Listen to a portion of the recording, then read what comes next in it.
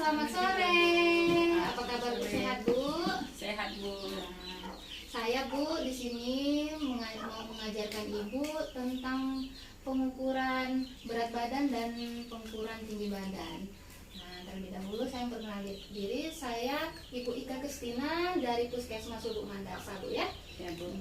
Di sini Bu, sebelum kita melakukan pengukuran tinggi badan, terlebih dahulu kita pastikan alatnya sudah terkalibrasi dan posisi jarumnya di angka 0 ya Bu ya. Iya. Nah, setelah itu kita melihat apakah pasien menggunakan sepatu. Kalau memang pasien menggunakan sepatu, kita suruh lepas dulu alas kakinya ya Bu ya. Kemudian kalau di kantongnya ada kunci atau handphone, kita suruh keluarkan dulu biar nanti pengukurannya baik. Oke Bu ya. Coba sekarang Ibu naik ke atas. Nah, di sini Ibu posisinya ke depan dan nanti Ibu sebagai kader posisinya harus tegak lurus dan mata harus tegak lurus memandang ke jarumnya untuk menunjukkan hasil yang tepat dalam pembacaannya ya Bu. Nah, di sini hasilnya 70 kilo ya Bu ya. Nah, baik Bu. Dan kemudian kita akan belajar mengukur tinggi badan Bu. Kebetulan di sini kita menggunakan tinggi badan yang seperti ini yang sudah ditempel, sebenarnya harusnya mikrotoa ya Bu ya. Nah, posisi pasien saat mengukur, dia tumitnya harus menyentuh dengan dinding. Tumit, pantat, punggung dan bagian belakang kepala harus menyentuh ke dinding. Seperti ini ya Bu ya. Pandangan lurus ke depan, kepala tegak. Baru nanti kemudian kita baca hasilnya Bu. Coba Ibu berdiri di situ. Tumitnya menyentuh dinding, pantat, punggung dan bagian kepala. Oke Bu, kepalanya lurus. Di sini hasilnya 165 ya Bu ya.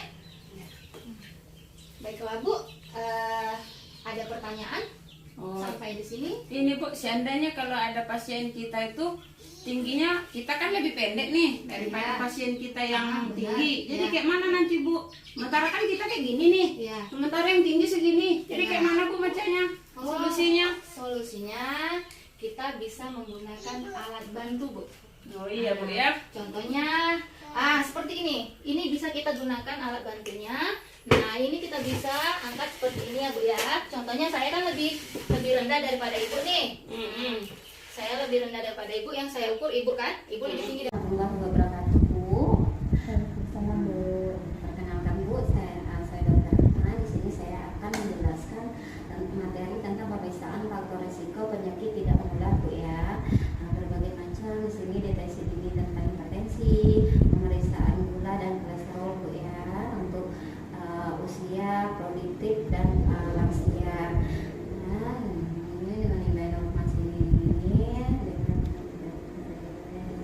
Apakah Ibu ngerti?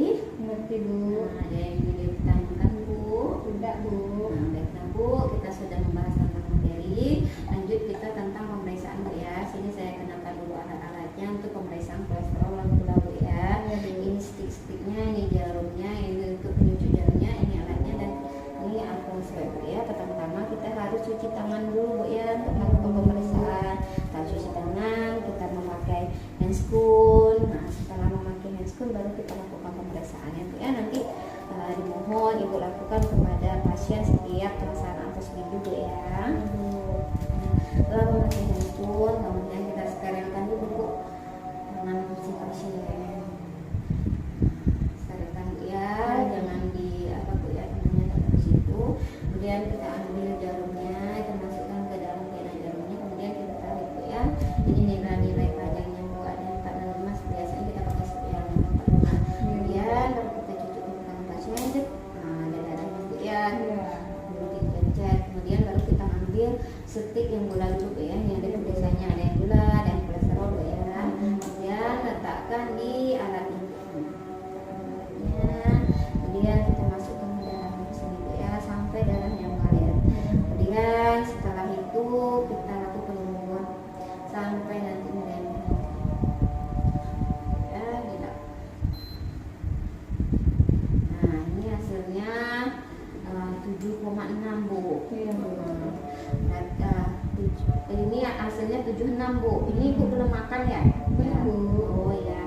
Kalau ada kadar gula untuk puasa itu Bu, nilainya 100 di bawah 110 Bu ya. Untuk misalnya dia sudah makan itu nilainya di bawah 200 Bu ya. Nah, apabila nanti ditemukan di atas 200